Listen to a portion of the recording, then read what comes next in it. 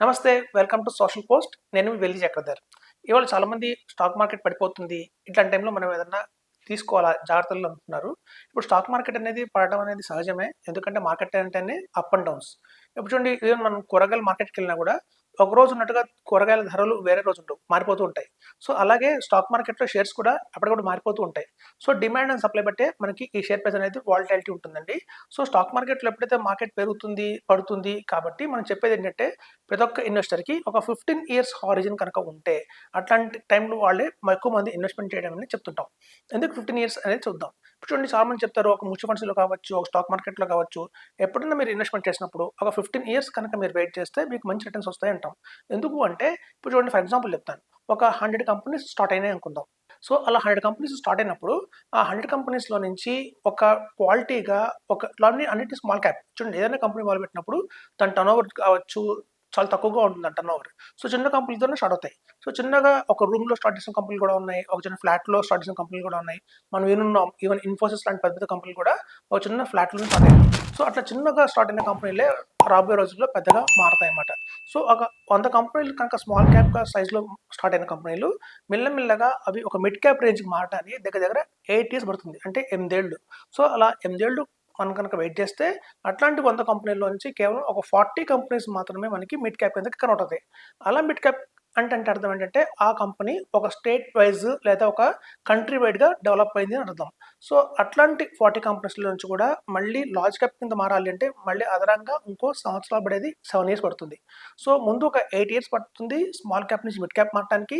అలాగే ఉన్న 40 కంపెనీల్లో మిడ్ క్యాప్‌గా మారిన 40 కంపెనీల్లో కేవలం 10 కంపెనీలు మాత్రమే లార్జ్ క్యాప్ కింద మారతాయండి.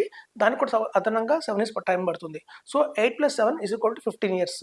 సో, కాబట్టి నేను చెప్పేదేంటంటే, ఒక స్మాల్ క్యాప్ కంపెనీగా స్టార్ట్ అయిన కంపెనీ ఒక లార్జ్ క్యాప్‌గా ఎక్స్‌పాండ్ అవ్వాలి అంటే మాత్రం దగ్గర దగ్గర 15 ఇయర్స్ పడుతుంది. కాబట్టి ఓవర్‌నైట్‌లో ఏది సక్సెస్ రాదు. సో, ఇప్పుడు చూడండి, మనం మొదలైన కంపెనీలు 100 కంపెనీలు స్టార్ట్ అయినాయి. కానీ లార్జ్ క్యాప్ కింద కన్వర్ట్ అయింది ఎన్ని అంటే 10 సో, మనం గనక ఈ 100 కంపెనీస్‌లోనే ఆ 10 కంపెనీస్ ఏవి అని గనక ముందే మనం గెస్ చేయగలిగితే మనకు నిజంగానే కోట్లొస్తాయి. అలా సాధ్యం కాదు కాబట్టే మనం మ్యూచువల్ ఫండ్స్‌ని నమ్ముకుంటాం. సో, మ్యూచువల్ ఫండ్స్‌లో ఏమవుతుందంటే, మనం పెట్టే ప్రతి ఒక్క ఇన్వెస్ట్‌మెంట్ దగ్గర దగ్గర ఒక కంపెనీ, 2 కంపెనీలు కాదండి. దగ్గర దగ్గర 150 కంపెనీస్‌లో వాళ్ళు ఇన్వెస్ట్‌మెంట్ చేస్తారు. సో, కాబట్టి అలా 150 కంపెనీస్‌లో ఇన్వెస్ట్‌మెంట్ చేసినప్పుడు ఏమవుతుందంటే, ఒక బాగా రాణించే కంపెనీలు ఒక 30, 40 ఉంటాయి. యావరేజ్‌గా ఒక 30, 40 కంపెనీస్ ఉంటాయి. డౌన్‌గ్రేడ్ అయ్యే కంపెనీస్ కూడా 30, 40 ఉంటాయి. సో, ఇట్లా అన్నీ యావరేజ్‌గా అయిపోయి మనకి 12-15% అయితే వస్తుందని చెప్తున్నాం. సో, కాబట్టి అదండి, మ్యూచువల్ ఫండ్స్‌లో ఎవరైతే ఇన్వెస్ట్‌మెంట్ చేస్తారో వాళ్ళు షార్ట్ టర్మ్ కింద 1 ఇయర్, 2 ఇయర్స్ వెయిట్ చేయకండి, ఇన్వెస్ట్ చేయకండి. ఒక లాంగ్ టర్మ్‌గా ఇన్వెస్ట్‌మెంట్ చేస్తేనే మనకి ఈ లాభం అనేది వస్తుంది. ఎందుకంటే ఏదైనా కంపెనీ కనుక స్మాల్ క్యాప్‌లో బిగిన్ అయ్యి ఒక లార్జ్ క్యాప్ కింద మారాలి అంటే దగ్గర దగ్గర 8 ఏళ్ళు పడుతుందని చెప్తున్నాం. సో, ఈ 15 ఏళ్లలో కనుక మనకేదైనా డ్రీమ్ ఉంది. సపోజ్ చూడండి, ఒక 15 ఇయర్స్ అయితే మనకొచ్చే లాభం ఏంటని చెప్తే, ఇనిషియల్‌గా మనకు రిటర్న్స్ అయితే కనిపించవండి. ఈ మార్కెట్ ఒడిదుడుకుల వల్ల సమ్‌టైమ్స్ మన ప్రిన్సిపల్ కూడా తగ్గొచ్చు. సో, మనం దాన్ని పానిక్ అవ్వకూడదు. ఎందుకంటే మన గోల్ అంతా లాంగ్ టర్మ్‌లో ఉంది కాబట్టి.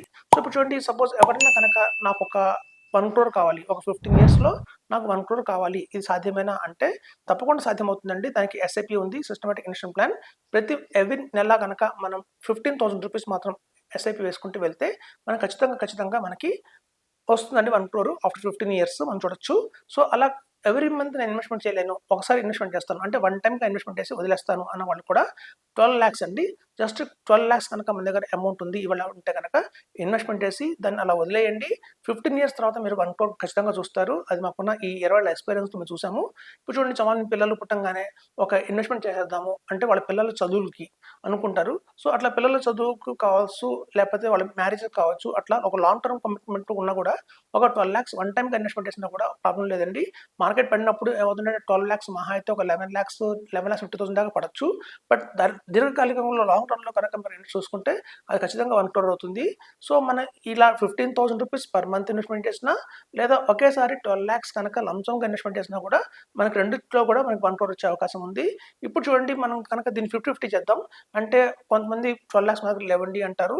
అలాంటప్పుడు మనం 6,00,000 కనుక వన్ టైమ్ ఇన్వెస్ట్‌మెంట్ చేసి ₹7,500 మాత్రమే కనుక మనం ఎస్ఐపి చేసుకుంటూ వెళ్ళినా కూడా నెక్స్ట్ 15 ఇయర్స్‌లో కూడా మనకి 1,00,00,000 వస్తుందండి. సో, ఇట్లా చాలా కాంబినేషన్స్ ఉంటాయండి 1,00,00,000 తెచ్చుకోవడానికి. సో, ఖచ్చితంగా అయితే ఓవర్‌నైట్‌లో 1,00,00,000 అయితే రాదని చెప్తున్నాం. కాకపోతే ఒక లాంగ్ టర్మ్‌లో ఒక 10 ఇయర్స్ మినిమమ్ ఉండాలండి. 10-15 ఇయర్స్ కనుక ఉంటే గనక మన దగ్గర చాలా ఆప్షన్స్ ఉంటాయి. ఒక లంప్ సమ్ ప్లస్ ఎస్ఐపి ఈ 2 కాంబినేషన్స్ ఒకవేళ కనుక మన దగ్గర అంత అమౌంట్ లేదు స్టార్టింగ్‌లో అంటే చిన్న అమౌంట్‌తోనే మొదలుపెట్టండి. మధ్య మధ్యలో దాన్ని అమౌంట్ పెంచుకోవటము, టాపప్ చేయటము, అలాగే ఎప్పుడైనా మార్కెట్‌లో కరెక్షన్స్ వచ్చినప్పుడు కొంచెం ఒక అదనంగా 2,00,000, 3,00,000 యాడ్ చేయటము. ఇట్లాంటి అన్ని రకాల కాంబినేషన్స్‌తో కనుక మేనేజ్‌మెంట్ చేస్తే ఖచ్చితంగా వస్తుందండి. చాలామంది అనుకుంటారు ఇది చాలా సింపుల్ స్టాక్ మార్కెట్ ఏముంది ఒక 2 షేర్లు తీసుకొని కొనుక్కుంటే లాభం వస్తుంది అనుకుంటాం. కానీ అలా కాదండి. షేర్స్ అనేవి చాలా కష్టం. మనం అలా గెస్ చేయలేము. అదొక జస్ట్ ఏంటంటే ఒక రాయేసినట్టే అవుతుంది తప్ప పర్ఫెక్ట్‌గా కాదు. ఇప్పుడు చూడండి చాలామంది ఎగ్జామ్స్ రాస్తారు. ఇప్పుడు మనకి ఎగ్జామ్స్ జరుగుతున్న టైము ఫిబ్రవరి, మార్చ్, ఏప్రిల్ అంటే. సో, ఇట్లాంటి ఎగ్జామ్స్ రాసే టైంలో కొంతమంది ఏంటంటే గెస్‌గా కొన్ని క్వెషన్స్ పట్టుకుంటారు, బట్టి కొడతారు. అవి లక్కీగా వస్తే పాస్ అవుతాం. కానీ మనం చదివిన క్వెషన్స్ రాకపోతే ఫెయిల్ అవుతాం. సో, కాబట్టి ఎవరైతే కాన్సెప్ట్స్‌ని అర్థం చేసుకుంటారో, స్ట్రాంగ్‌గా కాన్సెప్ట్ అర్థం చేసుకుంటారో వాళ్ళు ఎట్లాంటి క్వెషన్ ఇచ్చినా కూడా ఆన్సర్ చేయగలుగుతారండి. సో, కాబట్టి ఎట్లయితే మనం సబ్జెక్ట్‌లో మనం మార్క్స్ తెచ్చుకోవాలి అంటే కాన్సెప్ట్ మెయిను. అట్లాగే మ్యూచువల్ ఫండ్స్‌లో కూడా వేగ్గా మనం ఒక ఫండ్ పట్టుకొని ఒక మిడ్ క్యాప్ ఫండ్‌లో ఇన్వెస్ట్‌మెంట్ చేస్తే కోటీశ్వరులు అయిపోతామంటే అవ్వమండి. ఒక లాంగ్ టర్మ్‌గా ఉండాలి. ఒక రైట్ ఫండ్‌ని పట్టుకోవాలి. చూడండి ఫండ్స్ అనంగానే చాలామంది వాటి పాస్ట్ పర్ఫార్మెన్స్ చూస్తారు. గత సంవత్సరం 30% ఇచ్చిందా? 40% రిటర్న్ ఇచ్చిందా చూస్తాము. అది కూడా కరెక్ట్ కాదండి. ఎందుకంటే 40% గతంలో ఇచ్చింది అంటే దాని అర్థం కంటిన్యూయస్‌గా 40% రిటర్న్ ఇస్తుందని కాదు. నెక్స్ట్ ఇయర్ అది పడిపోవచ్చు. అది -30 కూడా అవ్వచ్చు. సో, ఇప్పుడు చూసారు చాలామంది గత 2 ఏళ్లుగా ఓన్లీ మార్కెట్ అప్పే చూసారు. కానీ ఇప్పుడు మనం చూస్తున్న మార్కెట్ డౌన్ కూడా అంత భయంకరంగా ఉంటుంది అని దగ్గర దగ్గర 1,00,000 పెట్టిన వాళ్ళకి కూడా 40,000 పోయి 60,000 వాళ్ళ వాల్యూ ఉంది ఇవాళ. సో, ఇట్లాంటి స్టాక్ మార్కెట్‌ని అర్థం చేసుకోవాలంటే చాలా టైం పడుతుంది. మనం మిస్టేక్స్ చేస్తూ ఉంటాం తప్ప చివరికి మనకు రిటర్న్ అయితే రాదండి. కాబట్టి ఒక మంచి అడ్వైజర్‌ని సంప్రదించండి. వాళ్ళ చెప్పిన సూచనలు మీరు పాటిస్తూ కనుక ఖచ్చితంగా ఇన్వెస్ట్‌మెంట్ చేస్తే మనం లాంగ్ రన్‌లో ఖచ్చితంగా కోటీశ్వరులు అవ్వచ్చు. ఈవెన్ ₹1000 కూడా మనం ₹1000 కూడా ఎస్ఐపి మొదలుపెట్టి 30 ఇయర్స్ కనుక వెయిట్ చేస్తే మనకు 1,00,00,000 వస్తుందండి. సో, 1,00,00,000 తెచ్చుకోవడం గొప్ప కాదు.